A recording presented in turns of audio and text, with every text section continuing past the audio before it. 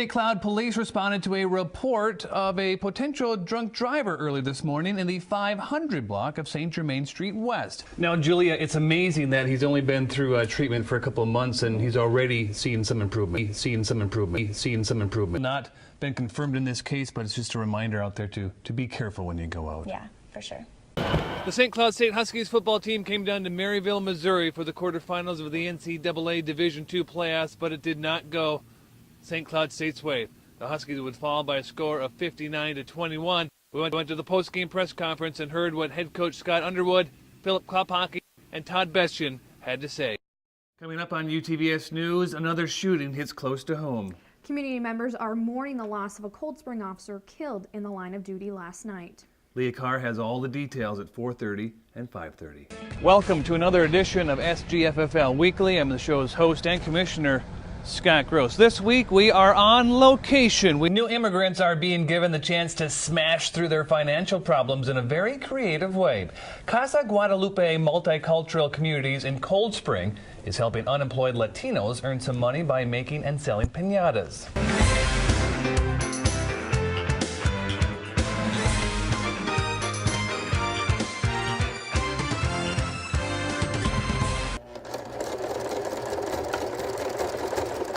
One stitch at a time. Sometimes I make mistakes too, you know. All for the love of sewing a smile on someone's face in time of need. It all works out. They said you make them out of old pillowcases. And so there was a couple of them there for a sample. And I had some extra material here. And I thought, Lord, I'm going to give them something new because I never had anything new as a child. This is how it is, all finished. Lorraine Carlson of Sauk Rapids has been making pillow dresses for orphans in Haiti for the last 3 years. And when I was first asked, I said, oh, I'll just do a couple and see how it goes. Well, I've grown to fall in love with it because it's such a joy to be able to make them, give them to somebody that needs it. I'm very happy to do that. Besides making dresses for children in Haiti, Lorraine Carlson also reaches out to members in her own community because she doesn't want anyone to go without during the holidays. So that's kind of my pride and joy, to be able to give someone a gift that probably hadn't had one for years. Lorraine Carlson has been stitching smiles from Sauk Rapids to Haiti because she feels that's what God wants her to do. I had rheumatoid arthritis, very, very bad, at a younger age. And I had it from 30 until I was almost 60.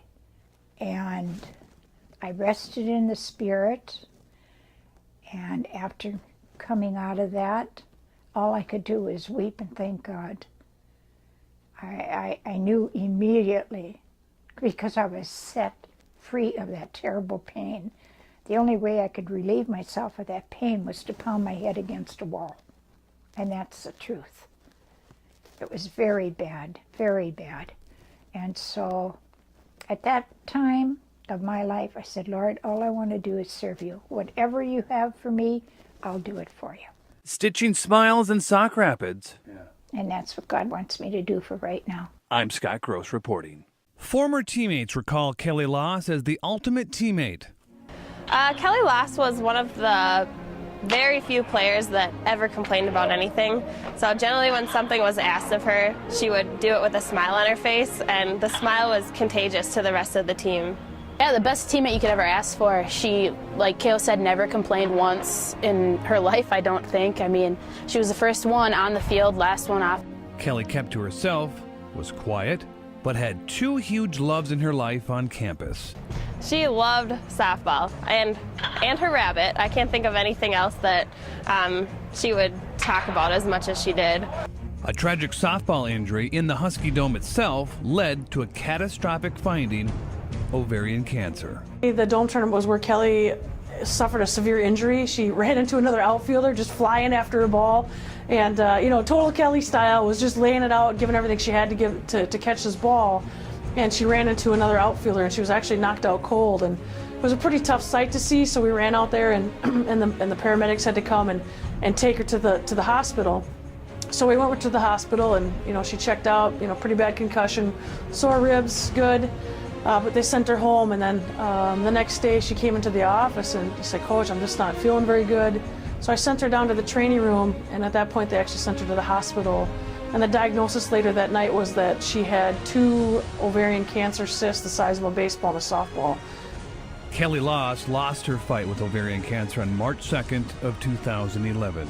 Since then, St. Cloud State University and the softball team have gone quickly to name the inaugural opening day weekend as the Kelly Loss Memorial Invite with the tag Coaches versus Cancer.